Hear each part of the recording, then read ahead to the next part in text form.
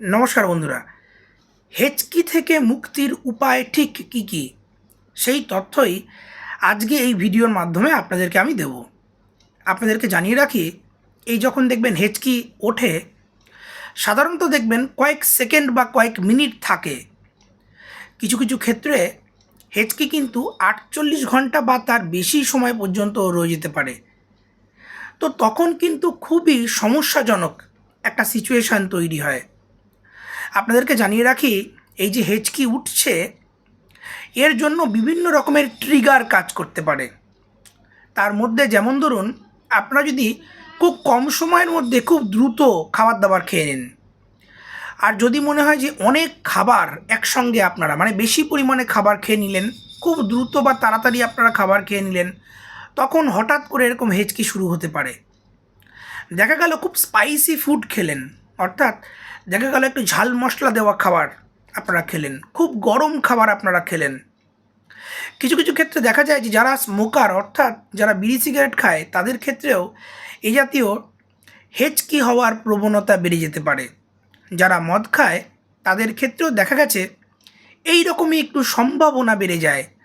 তবে কিছু কিছু রোগ, যেমন ধরুন গ্যাস্ট্রাইটিস, জিইআরডি এবং অন্যান্য বেশ কিছু রোগ, তার জন্য কিন্তু হেঁচকি তৈরি হতে পারে।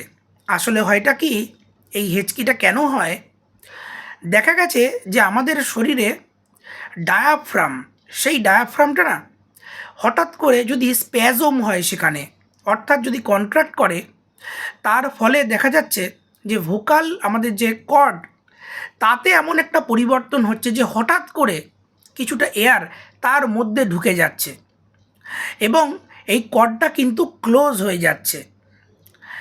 তার ফলেই কিন্তু হঠাৎ করে যে আওয়াজটা হয়, সেই আওয়াজটা কিন্তু আপনাদের হতে পারে।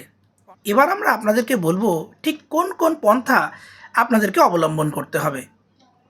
আপনারা যেটা করবেন, আপনাদের দম কিছুক্ষণের জন্য ধরে রাখবেন, যতক্ষণ আপনারা পারছেন কয়েক সেকেন্ডের জন্য আপনারা দমটা ধরে রাখবেন। যদি আশেপাশে আপনাদের কাগজের কোনো ব্যাগ থাকে, তাহলে সেই ব্যাগের মধ্যে আপনারা তার মধ্যে দিয়ে নিঃশ্বাস প্রশ্বাস নিতে থাকুন। যদি বাড়িতে একটু ঠান্ডা জল থাকে, তাহলে একটা কাপের মধ্যে বা গ্লাসের মধ্যে একটু ঠান্ডা জল নিয়ে আপনারা আস্তে আস্তে করে একটু খান সেই জলটা। যদি আপনাদের ফ্রিজের মধ্যে যদি দেখা যায় যে আইস কিউবস রয়েছে, সেটাও কিন্তু একটু চুষলে এই হেঁচকির পরিস্থিতির উন্নতি হতে পারে, সেখান থেকে আপনি একটু রিলিফ পেতে পারেন। আপনাদেরকে আমি যেটা বলবো, কিছু কিছু ক্ষেত্রে দেখা গেছে যে 1 চামচ চিনি খেলে পরিস্থিতির উন্নতি হচ্ছে। আর কিছু কিছু ক্ষেত্রে দেখা গেছে যদি চোখটা আপনারা অল্প একটু চেপে রাখেন, অথবা আপনাদের জিভ সেটা যদি আঙুল দিয়ে একটু টেনে বাইরে বার করেন, সেক্ষেত্রেও কিন্তু এই হেঁচকি কমে যেতে পারে। তো আমি যে পদ্ধতিগুলো আপনাদেরকে বললাম, আবার একটু সামারাইজ করে দিই। আপনারা যেগুলো করবেন, একটা হচ্ছে আপনাদের শ্বাস প্রশ্বাসটা একটু ধরে রাখার চেষ্টা করবেন কয়েক সেকেন্ড। একটা কাগজের যে প্যাকেট, তার মধ্যে আপনারা তার মধ্যে দিয়ে নিঃশ্বাস প্রশ্বাস নেবেন, প্লাস্টিকের কিন্তু ব্যাগ হলে হবে না। আর যেটা আপনাদেরকে করতে হবে, যদি একটু চিনি থাকে 1 চামচ চিনি খেতে পারেন। যদি বাড়িতে ঠান্ডা জল থাকে, কাপের মধ্যে বা গ্লাসের মধ্যে নিয়ে অল্প অল্প করে খেতে পারেন। যদি বরফ থাকে, আইস কিউবস থাকে, সেটাও কিন্তু চুষে আপনারা একটু খেলে পরিস্থিতির উন্নতি আপনাদের হতে পারে। তো আপনাদের যদি এই হেঁচকি সংক্রান্ত অন্যান্য কিছু প্রশ্ন থাকে, আপনারা করতে পারেন।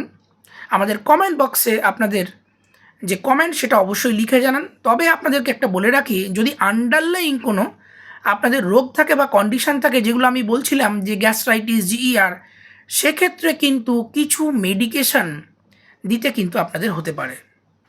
নমস্কার বন্ধুরা।